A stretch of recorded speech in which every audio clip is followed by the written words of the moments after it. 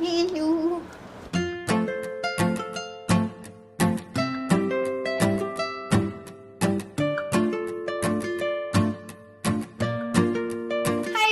Welcome back to the channel. मैं हूँ Priyanshi and आप सभी देख रहे हैं लर्न विद प्रियांशी। जैसे कि सबको पता होगा कि अभी सबके फाइनल एग्जाम्स चल रहे हैं या तो बोर्ड्स चल रहे हैं, तो इसीलिए मैंने सोचा कि चलो आज आप सभी को कुछ स्टडी कंटेंट भी दे दिया जाए। जैसे कि मैं आज आपको मेरा स्टडी टिप्स बताने वाली हूँ जो कि मैं हर एग्जाम टाइम पे करती हूँ, क्योंकि आई नो कि आप लोगों को मेरे स्टडी टिप्स एक्चुअल में अच्छे लगते हैं।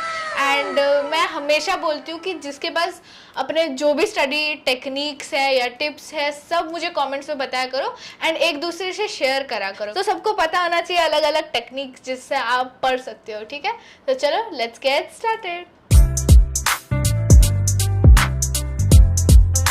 फाइनल एग्जाम्स के टाइम हम सबको पता है कि हम लोग यही सोच रहे होते हैं कि एग्जाम के बाद क्या करना है, रादर देन एग्जाम है पढ़ लेते हैं। मैं खुद बता रही हूँ क्योंकि मैं भी ऐसा सोचती हूँ यार। एंड वही सोच में कभी कभार मैं इंस्टाग्राम चला लेती हूँ, कभी यूट्यूब देख लेती हूँ एंड ऑल। तो डिस्ट्रैक्शन का सोल्यूशन है क्या? बहुत सारे छोटे छोटे बातें मैं आप सभी को बताऊंगी जो कि आप मेक श्योर कर सकते हो ताकि आप लोग पढ़ाई के टाइम डिस्ट्रैक्टेड ना हो। फर्स्ट ऑफ ऑल तो है लाइक आप अपने फ़ोन में ऐप लॉक्स डाल सकते हो या फिर फ़ोन साइलेंट मोड में डाल सकते हो। फ़ोन मेरा हमेशा साइलेंट ही रहता है तो ज़्यादा मेरे मैसेजेस का नोटिफिकेशन आता ही नहीं है एंड मुझे कोई मैसेज भी नहीं करता है। दुख की बात है।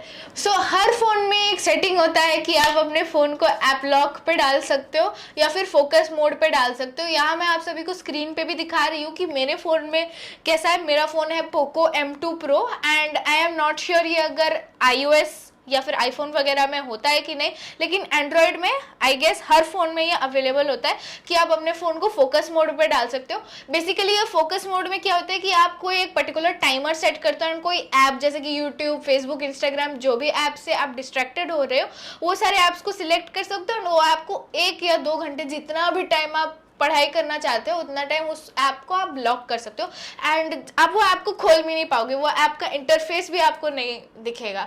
तो फॉर एग्जांपल अगर आप यूट्यूब से पढ़ रहे हो और बाकी सारे ऐप्स आपको डिस्ट्रैक्ट कर रहे हो तो आप वो सारे ऐप्स को लॉक कर सकते हो या फिर अपने फ़ोन को फोकस मोड पे रख सकते हो। दोनों ऑप्शंस हैं आपके पास। कि एक और मेथड है जो कि है 3 to 1 मेथड। एंड जब भी आप डिस्ट्रैक्टेड हो रहे हो तो आपको ऐसे मन में ऐसे काउंटडाउन बनाना है कि 3 to 1 अभी पढ़ने बैठना है।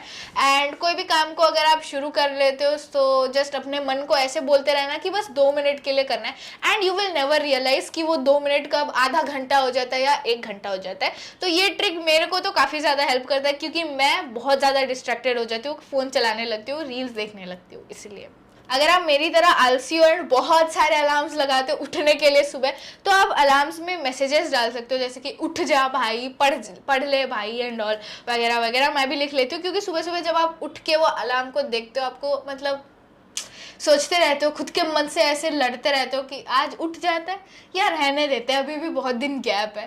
तो मैं भी कभी कभार ऐसे करती हूँ। लेकिन आप अगर अलार्म्स में मैसेजेस लिख लो तो सुबह सुबह आप शायद से वो पढ़ सकते हो and you can get the motivation.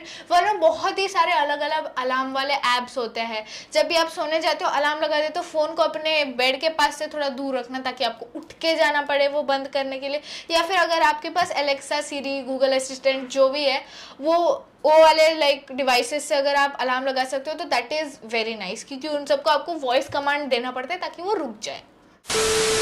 Next जो कि है मेरा पर्सनल फेवरेट टिप जो कि मेरे को बहुत ज़्यादा हेल्प करता है कि आप जब भी लाइक कोई ऐसे याद करने वाला सब्जेक्ट पढ़ रहे हो, I am talking about language subject या फिर SST या फिर साइंस, तो उन सब में आप क्या कर सकते हो कि एक बार अपना बुक को पूरा एक चैप्टर को रीड कर सकते हो। 1 शॉट वीडियोस अगर आपको हेल्प करता है यूट्यूब से तो आप वो भी देख सकते हो, पूरे चैप्टर को समझ सकते हो। लेकिन जब भी आप 1 शॉट वीडियो देख रहे हो या चैप्टर पढ़ रहे हो तो साइड में कुछ लिखते मत रहना, बस पढ़ते रहना। एंड बाद में जब आप 1 शॉट देख लो या चैप्टर पढ़ लो तो बुक को बंद कर देना, फ़ोन को ऑफ कर देना एंड देन एक पेन पकड़ना, एक पेपर में जो भी आपको याद है सब एक ही पेपर में आपको एक कॉन्सेप्ट मैप बनाना है। कोने में आप बॉक्सेस ड्रॉ करके लिख लो कॉन्सेप्ट, भले ही कुछ भी करो, वो पेपर जितना भी मेसी दिखे आपको हमेशा हेल्प करेगा।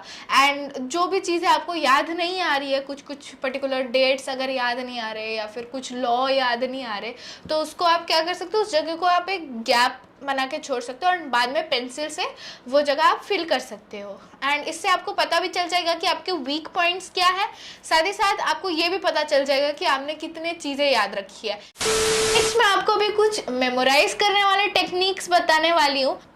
पहली चीज़ तो आप जब भी पढ़ रहे हो या फिर कुछ मेमोराइज कर रहे हो, जैसे कि क्वेश्चन आंसर्स या फिर कुछ इंपॉर्टेंट टॉपिक्स या बड़े बड़े पैराग्राफ्स, तो उनको आप पहले तो ऐसे छोटे छोटे चंक्स में डिवाइड कर लो। ये तो बहुत ज़्यादा बेसिक है, ये मैंने आपको बहुत बार बताया, सो आई होप कि आप अभी ये सब कर रहे हो।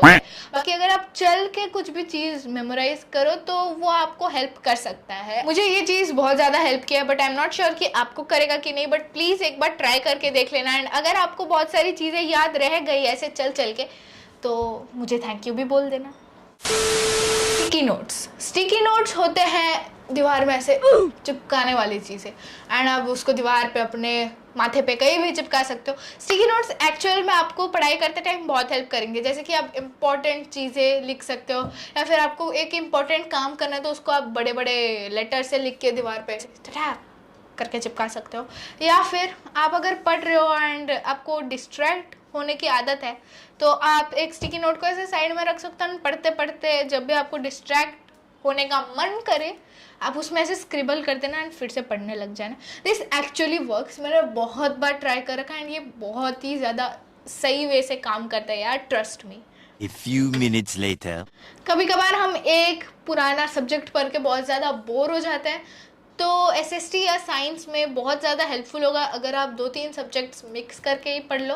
जैसे कि अगर आप थोड़े टाइम के लिए पॉलिटिकल साइंस पढ़ रहे हो तो उसके बाद आप ज्योग्राफी पे स्विच कर सकते हो, या फिर अगर आप थोड़े टाइम हिस्ट्री पढ़ रहे हो तो थोड़े टाइम पॉलिटिकल साइंस भी पढ़ लेना, क्योंकि एक ही बार अगर आप एक पूरा सब्जेक्ट पढ़ने बैठोगे तो बहुत ज़्यादा बोरिंग लगेगा दिमाग को, एंड ऐसे कुछ चीज़ें याद भी नहीं होंगी एंड फालतू का टाइम वेस्ट होगा। सो इट्स बेटर कि हम 2-2 सब्जेक्ट पढ़ लें, दोनों में से आपका कुछ कुछ पोर्शंस खत्म हो जाएगा एंड बाद में आपको रटना नहीं पड़ेगा एंड हड़बड़ाना नहीं पड़ेगा एग्जाम के टाइम। आप सभी को पता ही होगा कि आजकल एआई का ज़माना आ चुका है एंड आपके पास बहुत सारे एआई के ऑप्शंस है, चैट जीपीटी है, मेटा एआई एंड क्या क्या नहीं है।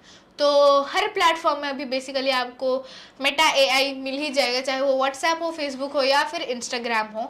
तो इसमें आपको क्या करना है कि इसका एक अच्छा यूज़ करना है। जैसे कि अगर आप लिटरेचर पढ़ रहे हो या ग्रामर पढ़ रहे हो इंग्लिश का, या फिर कोई और भी लैंग्वेज पढ़ रहे हो, तो आप एआई को कुछ कुछ छोटे छोटे टॉपिक्स समराइज़ करने के लिए बोल सकते हो। फॉर एग्जाम्पल, अगर आपको एक टॉपिक समझ नहीं आ रहा है, मैं यहाँ आपको दिखा देती हूँ, आपको एक टॉपिक समझ नहीं आ रहा है तो आपने एआई से पूछ लिया कि समराइज दिस टॉपिक, एंड फिर एआई आपको अगर बड़े पैराग्राफ्स पढ़ने पसंद नहीं है तो आप कस्टमाइज भी कर सकते हो, बोल सकते हो इन अ शॉर्टर पैराग्राफ एंड वो आ जाएगा। आप गूगल में इधर चैट जीपीटी भी यूज कर सकते हो गूगल से सर्च करके। नेक्स्ट आप मेटा एआई भी यूज कर सकते हो व्हाट्सएप में, but I will prefer chat GPT, क्योंकि चैट जीपीटी आपको अलग अलग लैंग्वेजेस में भी हेल्प कर सकता है। एग्जाम के टाइम हम सब सोचते हैं कि अगर हम जल्दी जल्दी पढ़ ले, जल्दी उठ के पढ़ ले, या फिर देर रात तक पढ़ लें, या फिर कुछ करके पढ़ लें तो शायद से आपको बेटर नंबर मिलेंगे। बट प्रॉब्लम ये है कि अगर आप पूरी रात पढ़ रहे हो तो मेक श्योर कि आप दिन में भी सो जाओ।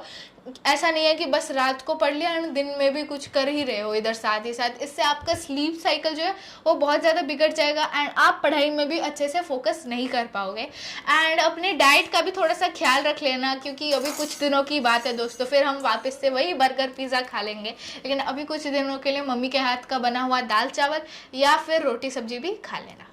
सो प्लीज़ प्लीज़ प्लीज़ मेरी तरफ से आप सभी को रिक्वेस्ट है कि अपनी स्लीप शेड्यूल को मत बिगाड़ो, अपने डाइट को भी मत बिगाड़ो।